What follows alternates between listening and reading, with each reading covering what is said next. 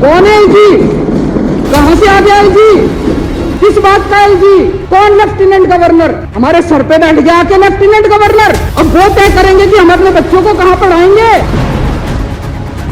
BJP वालों के कितने एमपीज ऐसे हैं, ये पूरी लिस्ट है, जो खुद विदेशों में पढ़ के आए। ये बच्चे हैं कैबिनेट मिनिस्टर्स के, बीजेपी वालों के बच्चे, जिन जिन के बच्चे अभी विदेशों में। तो अगर तुम अपने बच्चों को अच्छी शिक्षा देना चाहते हो तो गरीबों के बच्चों की अच्छी शिक्षा के खिलाफ क्यों हो? अगर हम अपने बच्चों को, गरीबों के बच्चों को अच्छी शिक्षा देना चाहते हैं, अपने बच्चे को अच्छी शिक्षा देना चाहते हैं, तो तुम रोकने वाले कौन हो? ये एक फ्यूडल माइंडसेट है कि गरीबों को अच्छी शिक्षा नहीं मिली। एलजी साहब ने लिखा है इंडिया में करा लो ट्रेनिंग। ये एलजी साहब की नोटिंग है, इंडिया में करा लो ट्रेनिंग। अरे क्यों करा ले इंडिया में ट्रेनिंग? गरीबों के बच्चे कम है किसी से?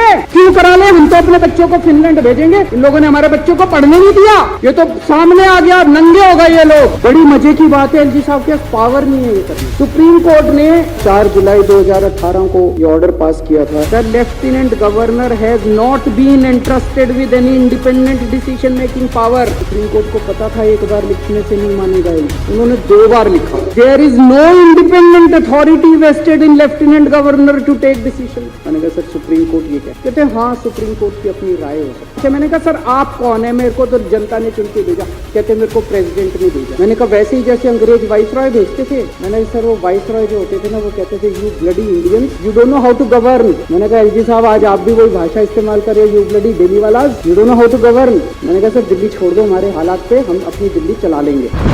के एमसीडी चुनाव के नतीजे 7 तारीख को आए थे। उसके 2 महीने पहले से सारे डॉक्टरों की तनख्वाह बंद करा, सारे मोहल्ला क्लिनिक के रेंट बंद करा दिए। बड़ी मजे की बात है कि 7 तारीख को नतीजे, 8 तारीख को मोहल्ला क्लिनिक की सारी पेमेंट हो गई। तो नीयत खराब थी। मैंने सर बोला, मैंने कहा सर सारे अफसर दबी जुबान में कह रहे हैं कि एलजी के ऑर्डर थे। कहते मैंने ऐसा नहीं किया। मैंने कहा सर अगर आपने ऐसा नहीं किया तो सारे अफसरों को सस्पेंड करें। आज तक सस्पेंड नहीं किया।